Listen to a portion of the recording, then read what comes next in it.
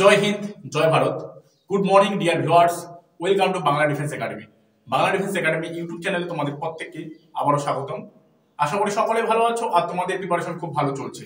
দেখো, আজকেও আমরা নতুন একটি প্র্যাকটিস সেট নিয়ে কিন্তু চলে এসেছি। এই প্র্যাকটিস সেটটা দেখো 1-2-2023 সালের কিন্তু আসা সেকেন্ড শিফটে আসা প্রশ্নপত্র, মানে ফেব্রুয়ারির 1 তারিখে আসা সেকেন্ড শিফটে আসা এই আমরা প্র্যাকটিস সেটটি দেখবো। জিকে এবং জিএস মিলে রয়েছে এটাতে। কারণ এটা করার মেন উদ্দেশ্য হচ্ছে কি বলতো, তোমাদের যে আপকামিং এক্সাম রয়েছে সেখানে কি কি ধরনের প্রশ্নপত্র তোমাদের দেয়, তো সেটা আমরা অ্যানালাইসিস করব। ঠিক আছে, তো আশা করি তোমরা পুরো ভিডিওটি দেখবে। তো চলো শুরু করি আজকের ভিডিও। দেখো, প্রথম প্রশ্ন কি রয়েছে, নিচের মধ্যে কে হর্ষবর্ধনের সহকবি এবং হর্ষচরিতের রচয়িতা, তাই তো ছিলেন? তো নিচের কে হর্ষবর্ধনের সহকবি এবং হর্ষচরিত এর রচয়িতা? দেখো, হর্ষবর্ধন যদি আমরা দেখি কৌলজের রাজা বা থানেশ্বরের রাজা, যদি আমরা বলি পুষ্যবতী বংশের রাজা। তো দেখো, হর্ষবর্ধনের সভাকবি যে কিনা তার বায়োগ্রাফি লিখেছিলেন, যেটা হচ্ছে হর্ষচরিত। তো এখানকার মধ্যে কে হর্ষচরিত লিখেছেন? অপশনগুলো দেখে নিই। রাজশেখর, অপশন নাম্বার বিতে রয়েছে কালিদাস, অপশন নাম্বার সিতে রয়েছে আর্যভট্ট, অপশন নাম্বার ডিতে রয়েছে বাণভট্ট। তো আমাদের এখানে সঠিক অ্যান্সার যেটা হবে সেটা অপশন নাম্বার ডি, বাণভট্ট, বা ইংলিশে আমরা বলতে পারি একে বানা।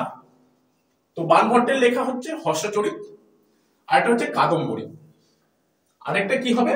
কাদম্বরী, কয়াকার দ ময় ব কাদম্বরী। ঠিক আছে, এটা কি বললাম, একটা হর্ষচরিত আর একটা হচ্ছে কাদম্বরী। এছাড়া দেখো, হর্ষবর্ধনের আবার 3টি নাটক রয়েছে, সেগুলো আমি লিখে দিচ্ছি। হর্ষবর্ধন নিজেই 3টি নাটক লিখেছেন, কমা সেগুলি হলো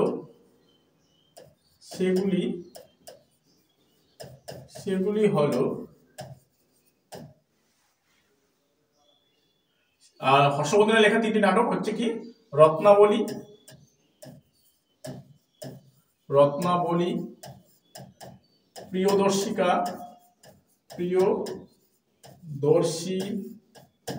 প্রিয়দর্শিকা এবং হচ্ছে নাগানন্দ। এগুলো কিন্তু পরীক্ষায় আসে। কি বললাম, হর্ষবর্ধনের যে সভাকবি রয়েছে যার নাম হচ্ছে বাণভট্ট, তিনি হর্ষবর্ধনের বায়োগ্রাফি লিখেছিলেন যেটার নাম হর্ষচরিত, এবং তিনি আরেকটি গ্রন্থ লিখেছেন তার নাম হচ্ছে কাদম্বরী। আর হর্ষবর্ধন নিজেই 3টি নাটক লিখেছেন, যার মধ্যে রয়েছে রত্নাবলী, প্রিয়দর্শিকা এবং নাগানন্দ। এটি কিন্তু এক্সামে তোমাদের জিজ্ঞাসা করে। চলো নেক্সট প্রশ্ন কি রয়েছে দেখে নিই। একটি ক্ষুদ্র ঋণের বা মাইক্রো ফাইন্যান্স লোন এর জন্য প্রয়োজনীয় জামানত হলো।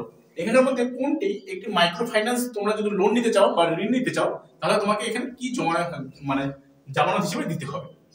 ঠিক আছে, এখানে কিছু থাকে না, অপশন বলছে থাকে না, থাকে সর্বদা, বেশিরভাগ। মানে জামানত হিসেবে কিছু কি থাকে বা থাকে না, বা সর্বদা থাকে, বা কোনো বেশিরভাগই নয়। তো অপশন নাম্বার এ কিন্তু আমাদের এখানে রয়েছে থাকে না। একটি ক্ষুদ্র ঋণ বা মাইক্রো ফাইন্যান্স লোনের জন্য প্রয়োজনীয় জামানত থাকে না। কিন্তু আমরা যদি বড় বড় লোন নিতে চাই, তাহলে আমাদের জমির দলিল বা অন্যান্য যে কিছু ডকুমেন্টস রয়েছে সেগুলো চাই। কিন্তু তোমরা যদি কোনো ক্ষুদ্র ঋণ গ্রহীতার কাছে যাও, তাহলে তোমাকে সেরকম জামানত হিসেবে কিছু কিন্তু নিবে না। ঠিক আছে, নেক্সট প্রশ্ন দেখো কি রয়েছে, 3 নম্বর প্রশ্ন। উত্তর পূর্ব বায়ু কোথা থেকে উৎপন্ন হয়? আমরা এর আগে ভারতের জলবায়ু পড়েছিলাম।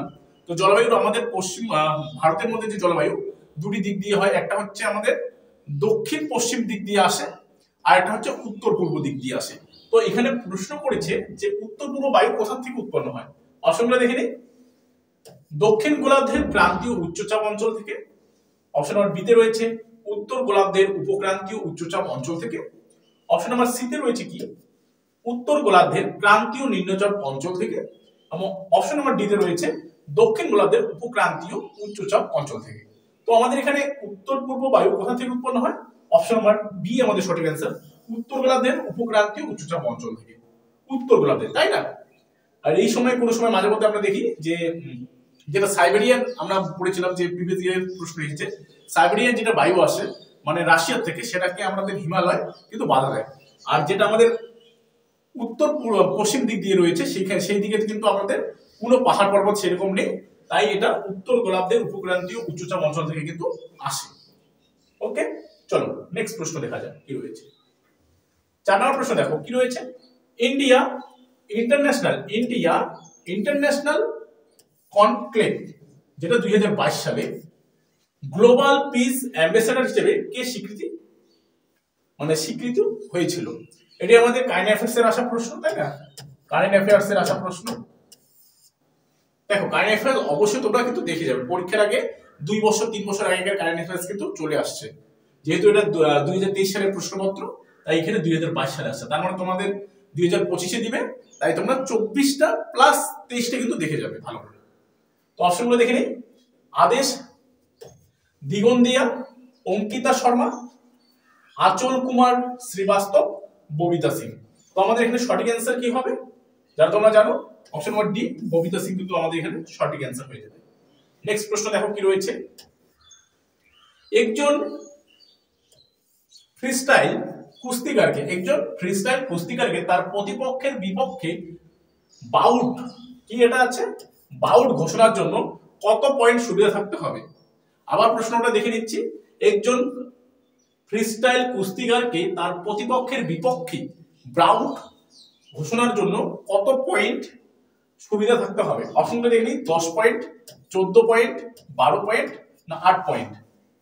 তো আমাদের এখানে সঠিক অ্যান্সার কি হবে, অপশন নাম্বার এ, 10 পয়েন্ট কিন্তু লাগবেই। নেক্সট দেখো কি রয়েছে 6 নম্বর প্রশ্ন। ভারতের সবুজ বিপ্লবের নেতৃত্বে ছিলেন। দেখো সবুজ বিপ্লব, এই যে বিভিন্ন ধরনের যে বিপ্লবগুলো রয়েছে সেগুলো তোমরা পরীক্ষা কিন্তু অবশ্যই ভালো করে তোমরা দেখে যাবে, ঠিক আছে? এই ধরনের প্রশ্ন কিন্তু বারবার আসে। দেখো ভারতের সবুজ বিপ্লবের নেতৃত্বে ছিলেন নরম্যান বোরলাগ, এম.এস. স্বামীনাথন, জওহরলাল নেহেরু, মহাত্মা গান্ধী। তোমরা সকলেই জানো সবুজ বিপ্লবের জনক কি হবে, option number B, M S. Swaminathan. বোঝা গেল? নেক্সট প্রশ্ন দেখো কি রয়েছে। নিচের কোনটি ভারতের উড়ন্ত শিখ নামে পরিচিত? নিচের কে এখানকার মধ্যে যে উড়ন্ত শিখ নামে কিন্তু পরিচিত? অপশনগুলো দেখে নেই। মহিন্দর সিং, অজিত পাল সিং, যোগিন্দর সিং, মিলখা সিং। তো তোমরা সকলে জানো অপশন নাম্বার ডি কিন্তু আমাদের এখানে সঠিক অ্যান্সার, মিলখা সিং হয়ে যাবে উড়ন্ত সিং নামে কিন্তু পরিচিত। নেক্সট প্রশ্ন দেখো কি রয়েছে। স্কিল ইন্ডিয়া মিশন ড্যাশ এর ফ্ল্যাগশিপের অধীনে চালু করা হয়েছিল। স্কিল ইন্ডিয়া মিশন ড্যাশ এর ফ্ল্যাগশিপের অধীনে চালু করা হয়েছিল। অপশনগুলো দেখে নেই। দক্ষতা উন্নয়ন ও উদ্যোক্তা মন্ত্রক, তথ্য ও সম্প্রচার মন্ত্রণালয়, অপশন নাম্বার সি তে রয়েছে শ্রম ও কর্মসংস্থান মন্ত্রণালয়, অপশন নাম্বার ডি তে রয়েছে বাণিজ্য ও শিল্প মন্ত্রণালয়। তো আমাদের এখানে কি হবে, কি বলছি, স্কিল ইন্ডিয়া মিশন ড্যাশ এর ফ্ল্যাগশিপের অধীনে চালু করা হয়েছিল। Skill India mission, option number A, দক্ষতা উন্নয়ন এবং উদ্যোক্তা মন্ত্রক। এটা আমাদের ভারত সরকার করেছে, কেন্দ্রীয় সরকার দক্ষতা এবং উন্নয়ন বা উদ্যোক্তা মন্ত্রক করেছে স্কিল ইন্ডিয়া মিশন। তোমরা দেখবে বড় বড় শহরগুলোতে এখন স্কিল ইন্ডিয়া মিশন এগুলো কাজ কিন্তু চলছে, ঠিক আছে? এখানে যারা কম পড়াশোনা করেছে, মাধ্যমিক পাস, উচ্চ মাধ্যমিক পাস বা গ্র্যাজুয়েশন, তারা এখানে কি করবে, তাদের বিভিন্ন স্কিল ডেভেলপ করে তারা বিভিন্ন কোম্পানিতে তারা জব পাবে, ঠিক আছে? এটা ভারত সরকার দ্বারা করেছে। আর এটা কোথাকার, স্কিল ইন্ডিয়া মিশন ফ্ল্যাগশিপের অধীনে রয়েছে দক্ষতা উন্নয়ন এবং উদ্যোক্তা মন্ত্রকে। নেক্সট প্রশ্ন দেখো কি রয়েছে। 1950 থেকে 51 সালে জিডিপিতে গ্রস ডোমেস্টিক প্রোডাক্ট, ঠিক আছে, জিডিপিতে শিল্প খাতের আনুমানিক শতাংশ অবদান, মানে কত শতাংশের অবদান ছিল শিল্প খাতে 1950 থেকে 51-তে? 11.8, 15.2, 22.4, 6.2। এটা আসছে আমাদের শিল্পের কতটা জিডিপিতে তার প্রভাব ছিল। অপশন নম্বর কিন্তু এ আমাদের এখানে সঠিক অ্যান্সার, 11.8% শিল্পের কিন্তু সহযোগিতা ছিল আমাদের জিডিপিতে। এখন যদিও এটা অনেকটা বেড়ে গেছে কিন্তু। নেক্সট দেখো কি রয়েছে। আসামের সাবিত্রিয়া নৃত্যটি ড্যাশ দ্বারা উদ্বুদ্ধ। এখানকার আসামের যে এই যে সাবিত্রিয়া নৃত্যটি আছে সেটা কিসের দ্বারা উদ্বুদ্ধ হয়েছে? এক বা অপশন নম্বর এ তে দেখি শক্তি আন্দোলন, অপশন নম্বর বি তে রয়েছে ভক্তি আন্দোলন, অপশন নম্বর সি তে রয়েছে তন্ত্রবাদ, অপশন নম্বর ডি তে রয়েছে সুফি আন্দোলন। তো আমাদের এখানে আসামের যে সাবিত্রিয়া নৃত্যটি রয়েছে সেটা কি? অপশন নম্বর বি কিন্তু আমাদের এখানে সঠিক অ্যান্সার হবে ভক্তি আন্দোলন। ভক্তি আন্দোলনের সঙ্গে এটি জড়িত। নেক্সট প্রশ্ন দেখো, নাইট্রোজেনের পারমাণবিক ভর কত? নাইট্রোজেন, এখানে একটা আমাদের সায়েন্স থেকে কোশ্চেন রয়েছে, নাইট্রোজেনের পারমাণবিক ভর কত? অপশনগুলো দেখে নেই, 18, 14, 16, 12। তো তোমরা যারা জানো তারা চট করে আমাকে কমেন্ট বক্সে কমেন্ট করে ফেলো নাইট্রোজেনের পারমাণবিক ভর কত। অপশন নাম্বার বি আমাদের এখানে সঠিক অ্যান্সার 14। নেক্সট প্রশ্ন দেখো কি রয়েছে, 12 নম্বর প্রশ্ন, 1866 সালে নিম্নলিখিতদের মধ্যে কে লন্ডনে ইস্ট ইন্ডিয়া অ্যাসোসিয়েশন, কি বললাম 1866 সালে কে লন্ডনে ইস্ট ইন্ডিয়া অ্যাসোসিয়েশন প্রতিষ্ঠা করেন? অপশনগুলো দেখে নিই, রাজা রামমোহন রয়, দাদাভাই নৌরোজি, সত্যেন্দ্রনাথ ঠাকুর, সৈয়দ হয়ে গেছে সৈয়দ আহমদ খান। তো আমাদের এখানে সঠিক অ্যান্সার কি হবে? অপশন নাম্বার বি দাদাভাই নৌরোজি, যাকে গ্র্যান্ড ওল্ড ম্যান বলা হয়। দাদাভাই নৌরোজিকে কি বলা হয়? The grand old man. The grand old man, ভারতের বৃদ্ধ মানুষ বলা হয় কাকে? দাদাভাই নৌরোজি, যে কিনা 1866 সালে লন্ডনে ইস্ট ইন্ডিয়া অ্যাসোসিয়েশন কিন্তু প্রতিষ্ঠা করেছিলেন। নেক্সট প্রশ্ন দেখো কি রয়েছে, 13 নম্বর প্রশ্ন, রুক্মিণী দেবী অরুণডেলে, তার পুরো নাম কি? রুক্মিণী দেবী অরুণডেলে কোন নৃত্যকলায় বিভিন্ন পুরস্কার জিতেছিলেন? অপশনগুলো দেখে নিন, কত্থক, কথাকলি, ভারতনাট্যম, লাবণী। তো রুক্মিণী দেবী অরুণডেলে কোন নৃত্যের জন্য বিভিন্ন পুরস্কার পেয়েছিলেন? Option number C Bharatanatyam. Next প্রশ্ন দেখো কি রয়েছে, 14 নম্বর প্রশ্ন, ভারতীয় সংবিধানের কোন অনুচ্ছেদে, কি বললাম ভারতীয় সংবিধানের কোন অনুচ্ছেদে বলা হয়েছে যে ভারত একটি ইউনিয়ন অফ স্টেট? আমাদের হচ্ছে পলিটিক থেকে আসা প্রশ্ন। কি বলছে, ভারতীয় সংবিধানের কোন অনুচ্ছেদে বলা হয়েছে যে ভারত একটি ইউনিয়ন অফ স্টেট, মানে সমগ্র রাজ্যকে মিলে একটি হচ্ছে আমাদের দেশ বা স্টেট আমরা বলতে পারি, সমগ্র রাজ্যগুলো মিলেও কিন্তু একটা স্টেট। অপশনগুলো দেখে নিই, ধারা 1 দ্বিতীয় নং ধারায়, 10 নং ধারায়, 11 নং ধারায়। তো আমাদের এখানে কত নং ধারায় বলা হয়েছে? অপশন নাম্বার এ 1 নং ধারায় কিন্তু আমাদের এখানে সঠিক অ্যান্সার হয়ে যাবে, যে ইউনিয়ন অফ স্টেটের যে মর্যাদা দেওয়া হয়েছে 1 নং ধারায়। ওকে, চলো নেক্সট প্রশ্ন কি রয়েছে, 15 নম্বর প্রশ্ন দেখো, মহামস্তকাভিষেক হলো একটি ড্যাশ উৎসব যা প্রতি 12 বছর পর উদযাপিত হয়। কোথায়, মানে কাদের এটা? মহামস্তকাভিষেক হলো একটি উৎসব যা ড্যাশ বছর অন্তর হচ্ছে হয়, আর ড্যাশ বছর অন্তর হয়, কিন্তু এটি হচ্ছে আমাদের এখানে লেখা আছে 12 বছর অন্তর হয়, কিন্তু এটি কাদের উৎসব? ঠিক আছে, ভারতের বিভিন্ন ধর্মাবলম্বী মানুষ বসবাস করে, তো এটি কাদের উৎসব? অপশন নাম্বার এ তে রয়েছে শিখ, অপশন নাম্বার বি তে রয়েছে বৌদ্ধ, অপশন নাম্বার সি তে রয়েছে জৈন, অপশন নাম্বার ডি তে রয়েছে হিন্দু। তো মহামস্তকাভিষেক কার উৎসব? অপশন নাম্বার সি হচ্ছে জৈনদের। দেখো জৈন ধর্মের প্রবর্তককে মহাবীর, কি বললাম ভালো করে লিখি আরেকবার,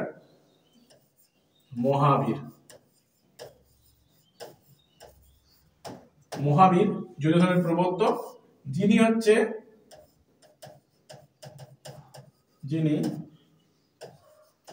24তম তীর্থঙ্কর, যিনি হচ্ছে তীর্থঙ্কর 24তম। বোঝা গেল, মহাবীর হচ্ছে 24তম তীর্থঙ্কর, যিনি হচ্ছে আমাদের জৈন ধর্মের প্রবর্তক। ঠিক আছে, ইনি হচ্ছে আমাদের শেষ তীর্থঙ্কর। নেক্সট প্রশ্ন দেখো কি রয়েছে, বেমানান বেছে নিন। ইঙ্গিত দেওয়া রয়েছে কৃষি পদ্ধতি কোনগুলো এখানে? অপশনগুলো দেখে নেই। লাঙ্গল অবশ্যই, অপশন নম্বর বিতে রয়েছে রোপণ অবশ্যই, অপশন নম্বর সিতে রয়েছে খাওয়া হবে না, অপশন ডিতে রয়েছে স্প্রে করা। তো এখানে আমাদের সঠিক অ্যান্সার কি হচ্ছে, খাওয়া হয়ে যাচ্ছে, কৃষি পদ্ধতি নয় কিন্তু খাওয়া, তাই না? আমাদের সবকিছু হয়ে যাবে তারপর আমরা সেটাকে খাবো। তো এখানে লাঙ্গল দিয়ে আমরা কি করি, জমি চাষ করি, রোপণ করি, তারপরে কিছু হয়ে গেলে সেটাকে আমরা কীট পতঙ্গকে মারার জন্য স্প্রে করা হয়, তাই তো? তো অপশন নাম্বার সি কিন্তু আমাদের এখানে মানে বেমানান হয়ে যাচ্ছে, খাওয়াটা হয়ে যাচ্ছে বেমানান। অপশন নাম্বার সি সঠিক অ্যান্সার। নেক্সট প্রশ্ন দেখো কি রয়েছে, 2011 সালে আদমশুমারি অনুসারে, দেখো বারবার আদমশুমারি কিন্তু আসছে, তো আদমশুমারি আমি অলরেডি তোমাদের কিন্তু ক্লাসে করিয়েছি। তো তোমরা যারা এখনো এই আদমশুমারি বা সেন্সাসটা দেখোনি তারা অবশ্যই আমাদের ইউটিউব চ্যানেল বাংলা ডিফেন্স একাডেমিতে যাবে, গিয়ে সেখানে প্লে লিস্টে যাবে, প্লে লিস্টে গিয়ে দেখবে যে কোথায় আদমশুমারি দেওয়া রয়েছে, এবং আদমশুমারি বা জনগণনার যে ক্লাসটি তোমরা অবশ্যই কিন্তু দেখে নিবে, কারণ এটি ভীষণ ভীষণ ইম্পর্টেন্ট কিন্তু এই ক্লাসটি, ঠিক আছে? এই ক্লাসটি ভীষণ ভীষণ ইম্পর্টেন্ট। তোমাদের যে কোনো শিফটে দেখবে প্রিভিয়াস ইয়ারের সেখান থেকে আদমশুমারি থেকে কিন্তু আসছে, আর আমাদের লাস্ট আদমশুমারি হয়েছে 2011 সাল, এবং 2011 সালে যে আদমশুমারিটা রয়েছে সেখানে আমি পুঙ্খানুপুঙ্খভাবে কিন্তু আলোচনা করেছি, একবার ফার্স্ট টু লাস্ট আদমশুমারি কিন্তু তোমাদের আমি আলোচনা করেছি। তো তোমরা অবশ্যই কিন্তু এই জনগণনা বা আদমশুমারি বা সেন্সাসটা তোমরা কিন্তু দেখে আসবে, কারণ তোমরা না দেখলেই কিন্তু তোমাদের 1 নাম্বার কম করে আমি বলবো যে মাইনাস হয়ে যাচ্ছে কিন্তু। তো কি বলছে, 2011 সালের আদমশুমারি অনুসারে ভারতের মধ্যে কোন রাজ্যের নারী শিক্ষার হার সবচেয়ে কম? নারী শিক্ষার হার সবচেয়ে কম। অপশনগুলো দেখে নিই। বিহার, অপশন নম্বর বিতে রয়েছে রাজস্থান, অপশন নম্বর সিতে রয়েছে হিমাচল প্রদেশ, অপশন নম্বর ডিতে রয়েছে উত্তরপ্রদেশ। তো আমাদের এখানে সঠিক অ্যান্সার হবে অপশন নম্বর বি, রাজস্থানে কিন্তু নারী শিক্ষার হার সব থেকে কম, রাজস্থানে নারী শিক্ষার হার সব থেকে কম, আর বিহারে আমরা যদি দেখি শিক্ষার হার সব থেকে কম, মানে ওভারঅল শিক্ষার ব্যবস্থা দিয়ে বিহার কিন্তু 1 নম্বর লিস্টে রয়েছে, নারী শিক্ষার দিক দিয়ে রাজস্থান রয়েছে, এবং উভয় শিক্ষার দিক দিয়ে উন্নত হচ্ছে আমাদের কেরালা রাজ্য। নারী এবং পুরুষ আমরা যদি দেখি সব থেকে বেশি শিক্ষিত কোথায়, আমরা যদি জানি কেরালার মধ্যে অবস্থিত। আর ভারতের শিক্ষার হার যদি বর্তমানে 2011 সালের যদি 74.04%, ঠিক আছে, ভারতের ওভারঅল শিক্ষার হার যদি দেখি, তো কি হয়ে গেল আমাদের অপশন নম্বর বি কিন্তু সঠিক অ্যান্সার হয়ে গেল। 2011 সালের আদমশুমারি অনুসারে ভারতের মধ্যে কোন রাজ্যে নারী শিক্ষার হার সবচেয়ে কম, সেটা হয়ে যাচ্ছে রাজস্থান, ঠিক আছে? নেক্সট চলো কি বলছে, ভারতের কোন কেন্দ্রীয় মন্ত্রী 2022 সালে নভেম্বরে ভারতের আন্তর্জাতিক বাণিজ্য মেলায় খাদি ইন্ডিয়া, কি বলছে, খাদি ইন্ডিয়া প্যাভিলিয়নের উদ্বোধন করেছিলেন? ভারতের কোন কেন্দ্রীয় মন্ত্রী 2022 সালে নভেম্বরে ভারত আন্তর্জাতিক বাণিজ্য মেলায় খাদি ইন্ডিয়া প্যাভিলিয়নের উদ্বোধন করেন? অপশনগুলো দেখে নেই। নারায়ণ রানে, নির্মলা সীতারামন, সুব্রমণিয়াম জয়শঙ্কর, কিরণ রিজিজু। তো অপশন নম্বর কি হবে, এই আমাদের সঠিক অ্যান্সার, নারায়ণ রানে কিন্তু এটি করেছিলেন। নেক্সট প্রশ্ন দেখো কি রয়েছে, ভারতের সংবিধানের অনুচ্ছেদ 103 এর অধীনে রয়েছে সংসদের যে কোনো একটি কক্ষের বৈঠক গঠনের জন্য কোরাম হল হাউসের মোট সদস্য সংখ্যা। কোরাম হল, ঠিক আছে, বা হাউসের মোট সদস্য সংখ্যা কতগুলো থাকতে হবে? 1/5, 1/3, সি নাম্বার বলছে অর্ধেক, 1/10। তো আমাদের এখানে সঠিক অ্যান্সার কি, পলিটি থেকে যেহেতু প্রশ্ন, অপশন নম্বর ডি 1/10, ঠিক আছে? নেক্সট প্রশ্ন দেখো কি রয়েছে, নিচের কোনটি ব্যাকটেরিয়া সংক্রমণের লক্ষণ? এটি আমাদের কি আসছে, এটি আমাদের সায়েন্স থেকে আসা প্রশ্ন। দেখো cardium arrest, fracture, heart attack, জ্বর। তো নিচের কোনটি ব্যাকটেরিয়া সংক্রমণের লক্ষণ? অপশন নম্বর ডি কিন্তু সঠিক অ্যান্সার হয়ে যাবে, জ্বর হচ্ছে আমাদের কি ব্যাকটেরিয়া সংক্রমণের লক্ষণ। তো এই ছিল আজকে আমাদের 20টি খুবই গুরুত্বপূর্ণ প্রশ্ন, কারণ এটি আমাদের প্রিভিয়াস ইয়ার সেট।